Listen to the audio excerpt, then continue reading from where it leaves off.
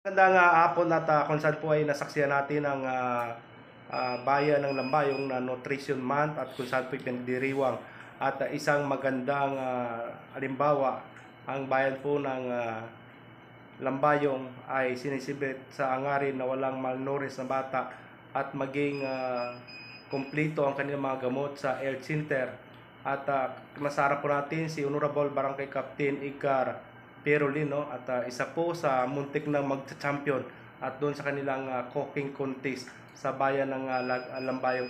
Any comment na Honorable Barangay Captain Cap, sir, doon sa ginanap na cooking contest sa gym?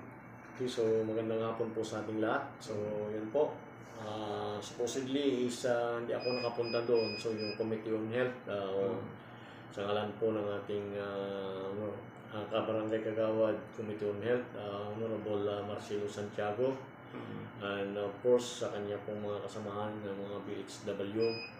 So sila po yung nakilahok sa ginanap na 51st Nutrition Month sa bayan po ng Lambayong. Nakita namin at na-interview namin ang inyong BNS at very supported ang inyong leadership. How true, Kap? At ito'y pinag-aandaan nyo ba?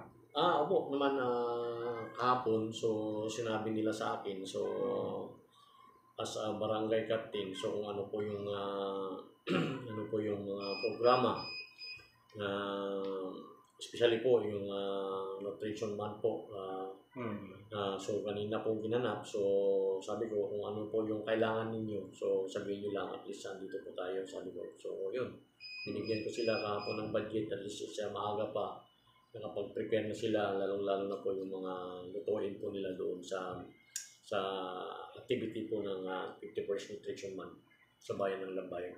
Sa angat niyo po ba ay 27 barangay po ang bayan ng Lambayong ay isa po sa pa-contest cooking, ay sa inyong pangarap ba na mananalo kayo at or talagang very supported sa LGO, lalong-lalo na sa ating bagong Municipal Mayor Eric Recinto kasama kanyang Vice Mayor Norato Sanday?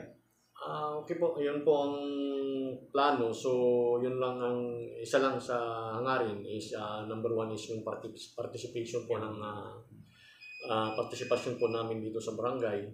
So mahirap po na hindi tayo makiisa. So lahat naman is basta kung may activities po na gaganapin sa bayan ng Lambayong, so full support po yung barangay po namin. So yun po. So baka susunod mananalo na kayo dahil muntik na kayong maging champion. Baka pag-aandaan nyo na ito, Honorable Barangay Chairman Edgar Perolino. Yun nga po. So kahit hindi nila nakuha, at least nag-first runner up sila. At least ginawa po lahat nila yung best, ginawa po lahat ng best nila. So alam ko naman na si Kagawad Committee on Health is very supportive naman po yan na Kagawad po namin dito. So and then sa kasamahan po namin sila Ma'am Pida at saka Ma'am Badit. So at least is yun nga ang pinakamaganda doon yung partisipasyon po natin sa kung ano po yung ginanap na programa or activities po sa bayan ng Lambayong. Yeah. Yan po naging tinig ni Honorable Barangay Captain ng Dintara, si Honorable Edgar Perolin at talagang very supported at maging po sa atin na interview sa atin live doon makikita niyo po, ilalabas natin sa kanyang BNS na very supported bilang barangay chairman at muntik na rin silang magiging champion dito sa national or pinagdiriwang itong nutrition sa bayan ng Lambayong sa ngarin walang McDonald's at kumpleto ng gamot ang barangay Ditaras. Mabuhay kayo, Kap, at magandang hapon. Sana tuloy-tuloy at maging champion na kayo sa next Kap. Maraming salamat po. So yun po, lahat naman hinahangad kung ano po yung